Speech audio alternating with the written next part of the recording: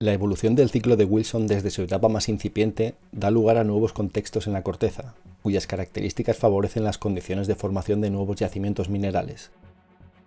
Durante el estadio juvenil del ciclo de Wilson, además del adelgazamiento cortical a causa de las fracturas marcadas por las condiciones distensivas, se ha comenzado a desarrollar una corteza oceánica y por tanto existe una dorsal a partir de la cual ésta crece. La acumulación de agua en estas cuencas alcanza columnas que superan fácilmente los 1000 metros, siendo trascendental su presencia para las mineralizaciones. Los depósitos minerales que aparecen característicamente en estas condiciones geotectónicas están generalmente relacionados con el foco térmico que produce la zona de dorsal. Este foco de calor puede favorecer la movilización y calentamiento de las aguas marinas, transformándolas en fluidos hidrotermales que a su vez serán los causantes de la mineralización en estas condiciones. Los depósitos principales en esta situación son los yacimientos de plomo-zinc en plataformas de tipo SEDEX y, por otro lado, los yacimientos de cobre sedimentario que se desarrollan en plataformas someras. Existen dos tipos de yacimientos principales de plomo-zinc formados en plataformas continentales, los cuales tienen características de formación similares en relación con los fluidos hidrotermales que los originan, pero las condiciones tectónicas favorables son distintas. Por un lado, los yacimientos tipo SEDEX son depósitos singenéticos formados en plataformas continentales bien carbonatadas o bien siliciclásticas y están asociados a las condiciones distensivas propias del estadio juvenil del ciclo de Wilson. La otra tipología corresponde a los yacimientos Mississippi Valley o MVT. En este caso son yacimientos epigenéticos originados en plataformas continentales exclusivamente carbonatadas. A diferencia del anterior, su formación está relacionada generalmente a condiciones compresivas, aunque en algunos casos se da en condiciones distensivas. En la formación de estos yacimientos, el fluido hidrotermal es de origen connato, con mayor concentración de enflúor, y no llega a exhalar al fondo marino, ya que reacciona con la roca de caja carbonatada. Veremos más en detalle su formación en el tema correspondiente. La edad de los yacimientos de tipo SEDEX es variable, y comienzan a encontrarse ejemplos ya en el Proterozoico, existiendo igualmente casos en la actualidad. Los yacimientos más antiguos se relacionan comúnmente con aulacógenos, formándose durante las etapas iniciales de apertura oceánica y quedando preservados gracias a que el brazo quedó abandonado. El nombre de los SEDEX hace referencia a los procesos sedimentarios exhalativos que tienen lugar para formar la mineralización, ya que, a diferencia de los yacimientos tipo Mississippi Valley, el fluido hidrotermal atraviesa la roca de caja y exhala al fondo marino sedimentando su contenido metálico junto con la sedimentación normal de la cuenca. Es por esto el carácter singenético de estos depósitos, donde los cuerpos mineralizados tienen morfologías estratiformes o bien estratoligadas en relación a las capas de sedimentos de plataformas siliciclásticas o carbonatadas existentes. Como se ha explicado en otros vídeos, el agua marina penetra en profundidad a favor de las fracturas presentes en la corteza. La presencia de una dorsal próxima determina un gradiente geotérmico mayor al habitual, lo que hace que el agua, a medida que penetra, alcance grandes temperaturas, impulsando células convectivas en el flujo. Esta migración a través de los materiales de la corteza continental que conforman la plataforma va lixiviando los metales, gracias también a la presencia de ligantes, como el cloruro. Las temperaturas de estos fluidos generalmente están entre 100 y 200 grados centígrados. Una vez el fluido exhala al fondo marino a través de la zona de alimentación, su comportamiento depende del contraste de densidad que exista con respecto al agua del mar, así como de las reacciones a causa de los cambios en las condiciones redox y de pH que dan lugar a la precipitación de las distintas fases minerales. El caso más favorable desde el punto de vista de la concentración de la mineralización es aquel en el que el fluido hidrotermal posee una densidad superior a la del agua marina, tendiendo a desplazarse por el fondo marino, ocupando las zonas más deprimidas y depositando allí su carga en forma de óxidos y sulfuros.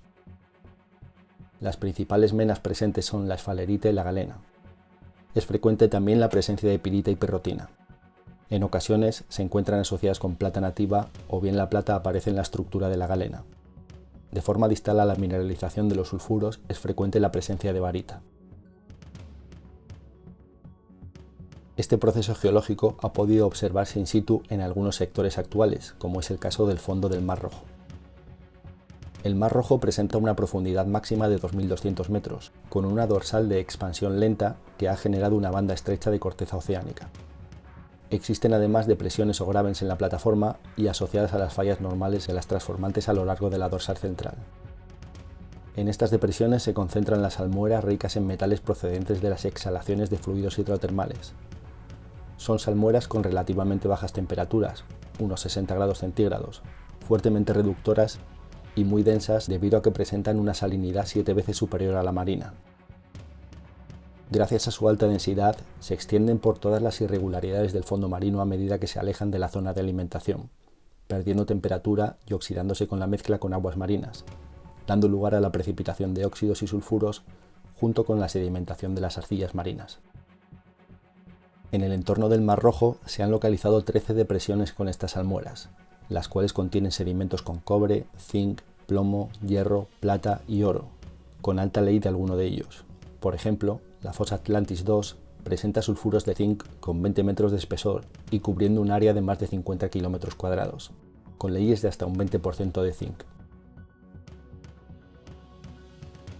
Algunos de los depósitos explotados de tipo SEDEX más importantes corresponden al yacimiento de Sullivan, en el sureste de Canadá, formado en el aulacógeno proterozoico de Azapus-Cow, o a Broken Hill, en el sureste de Australia, igualmente emplazado en un aulacógeno proterozoico.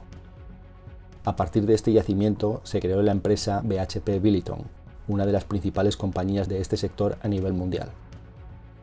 La importancia económica de estos yacimientos deriva de sus leyes y tonelajes de plomo y zinc, y con frecuencia son unas fuentes importantes de plata, pudiendo obtenerse cobre, hierro y oro como subproductos. Otro tipo de depósitos característicos de esta etapa de apertura oceánica son los yacimientos de cobre sedimentarios, que se originan igualmente en plataformas continentales. En estas plataformas, la alta permeabilidad de los sedimentos y la formación de fallas normales asociadas al rifting facilitan la movilización de las aguas con natas salinas en profundidad. El flujo de calor en relación al foco térmico asociado al rifting genera el hidrotermalismo, dando lugar a unas aguas de temperatura moderada, en torno a los 100 grados, y de carácter oxidante, con la capacidad de lixiviar metales como el cobre, el cobalto, el plomo o el zinc de los sedimentos y del basamento sobre el que estos se depositan. En estas condiciones, el transporte acuoso del cobre se da con el cloruro como ligante, el cual es muy abundante en las aguas con natas. En su ascenso, estas aguas salinas cargadas de metales pueden reaccionar con los sedimentos de la plataforma cuando encuentran un ambiente reductor, el cual puede derivar de una gran cantidad de materia orgánica en los sedimentos o bien del azufre presente en estos o en las aguas de sus poros.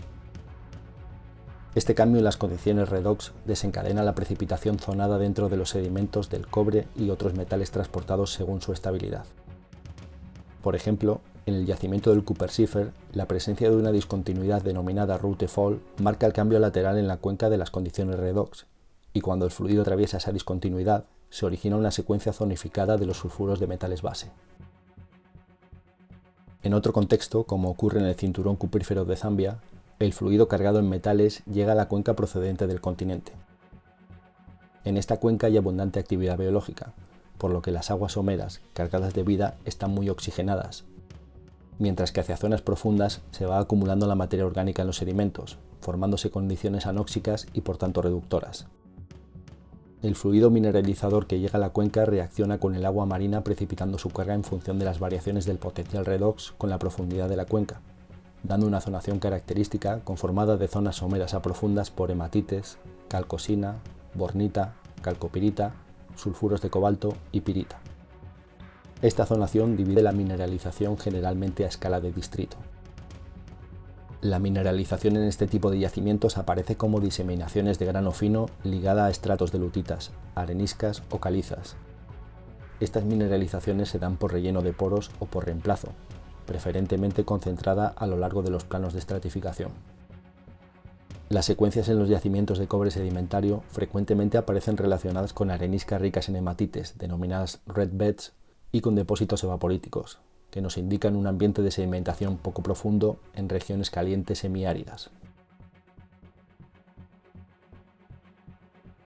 Esta tipología de yacimientos está asociada principalmente a dos periodos geológicos relacionados con el rifting de los supercontinentes: el Proterozoico medio superior, con la separación de Rodinia, y el Permotrías, donde tiene origen la apertura del Pangea. Los depósitos más importantes son los ya mencionados del Cooper-Siefer, localizados en un brazo abandonado asociado a la apertura del Atlántico Norte durante el Permo-Trías, y los del cinturón cuprífero de Zambia, en relación igualmente a un aulacógeno formado durante el Proterozoico. Los depósitos de cobre estratiformes en rocas sedimentarias ocupan el segundo lugar en cuanto a producción de cobre tras los pórfidos cupríferos, y son la fuente más importante de cobalto, además de contener otros metales como el plomo, zinc, oro, plata, uranio, renio y platinoides. En el siguiente vídeo seguiremos viendo la evolución de la apertura oceánica en la etapa de madurez del ciclo de Wilson y los depósitos que se dan a raíz de las nuevas condiciones que se asocian a este.